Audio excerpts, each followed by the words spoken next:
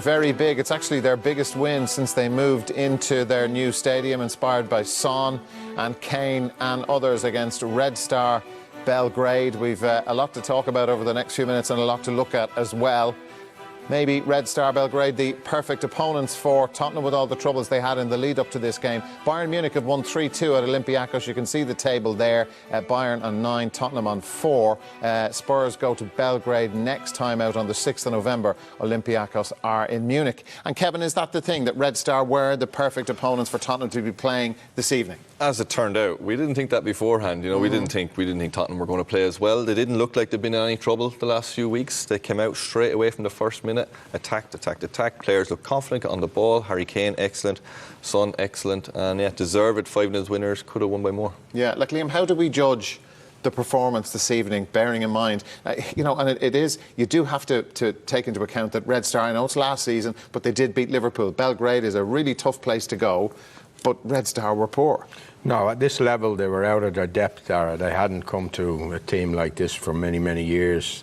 You know, it's been difficult for them to qualify for the latter stages of the Champions League, and it was all too much for them tonight. Midfield was non-existent for them. Spurs were just running right through them, right through the middle, and Kane and Son were in great form up front. An ideal match to get Spurs back on track.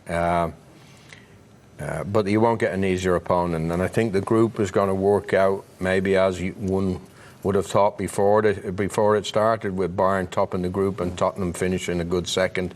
They really should go to Belgrade in a couple of weeks' time and win again, so that should put them a clear second. Yeah, that would put them up onto 7 points.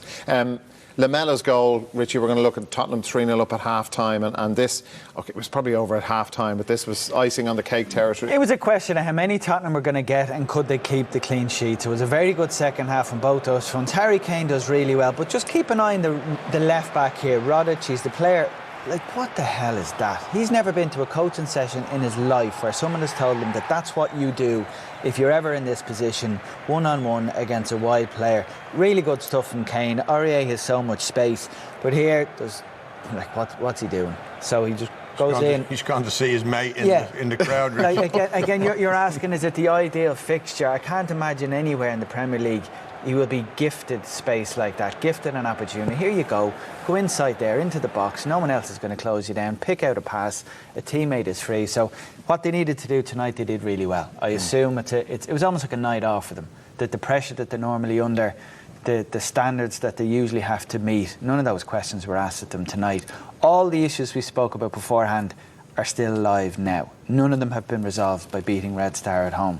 All the dressing room stuff, the contract stuff, the wage structure, Daniel Levy's decisions he's to make, Pochettino's mood or morale or his quote or his future, all still in the melting pot. But tonight, it was a handy night for them. OK, Liverpool, Kevin, will be a different proposition at the weekend. But this, bearing in mind all the issues that Richie has referred to, like, this doesn't do them any harm. It's just what they needed at this time. And if you think about us, what we spoke about beforehand, we were talking about a scrappy 2-1 win, maybe. You know, Red Star put up to them, they come to be organised, they'll find it tough to break them down.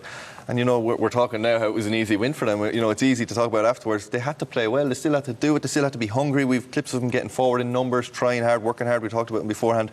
You know, not being enthusiastic on the pitch. Well, they were tonight. They dropped a few players maybe who were dragging them down, brought in some fresh faces, and no, they played really, really well. They still have to go and score 5 goals and could have scored more. And Red Star haven't been that bad. I know away from home, but in the group they haven't been that bad so far in the games they've played. They haven't certainly looked like a team who's going to get beat 5-0 and possibly win more. Pochettino's been chopping and changing his team in recent weeks, looking for a formula that will work. I think you'll see probably the same team going out against Liverpool at the weekend, and it won't be any place for Alderweireld, and there won't be any place for Eriksen as well. The class that they have up front, like we saw it at its full might. First of all, Son, we're going to talk about. Liam. Yeah, he's exceptionally quick. He links up well with Harry Kane. I think Harry Kane got a little bit annoyed with him. He felt he could have passed it to him. This wasn't great finish, but his 2 goals were well taken. This shows you his skill. Very good in tight areas. And this is him coming in the far post, and he actually sprints to get that ball, because if he takes that ball on the volley, it's much harder, but he takes it on the half volley, so it gives him more of a chance to get over and keep it underneath crossbar. This was another mistake by the Red Star midfield, and Dembele ran straight through. Kane, good running off the ball, makes the space, and that's a clever finish. Most goalkeepers will think he's going to the far post there. He was terrific all the match, and Pochettino took him off with about 15-20 minutes to go. That's where Harry Kane wasn't happy with him. He was looking for him to slip Harry Kane in there. Pochettino gave him a little bit of a breather, and he'll be a certain starter against Liverpool at the weekend. If I could have a bet, I would. Okay, as will Harry Kane. Ray said in commentary, Kevin, that he thought this was his best performance of the season. Yeah, and he's been playing well this season. He's still been scoring goals. Of the Spurs players, he's been the one who stood up and been counted. Tonight he was involved in absolutely everything.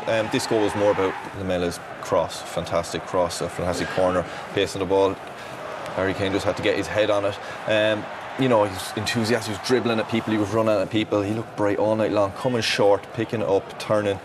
In fairness, Red Star were giving him acres of space, but he's passing. He played with number 10 on his back, and he played like a top number 10 tonight. He was everywhere. And hungry in the second half to still get more goals. Again, dribbling at people, taking people on, and he's delivering to the box here for Lamela. He makes a good run, probably should score.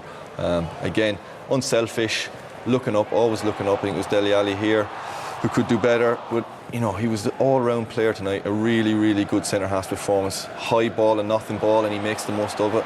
Wins the header, looks to get in there and get his chance again. In the box, always waiting, always following up, not admiring his handiwork. And finally, the icing on the cake, a very, running behind and a very cheeky finish. He played for this through the centre-half's leg. He passed in there. You could tell he was lining it up. I think George said it in commentary. The keeper knew he was going to do it, but it was just a perfect finish, side-footed, nothing with power, just nice and placed in the corner, and a top centre-forward's finish. If there was any downside to Spurs, you would have said maybe the form of Dele Alli didn't show much tonight, nor did Sissoko.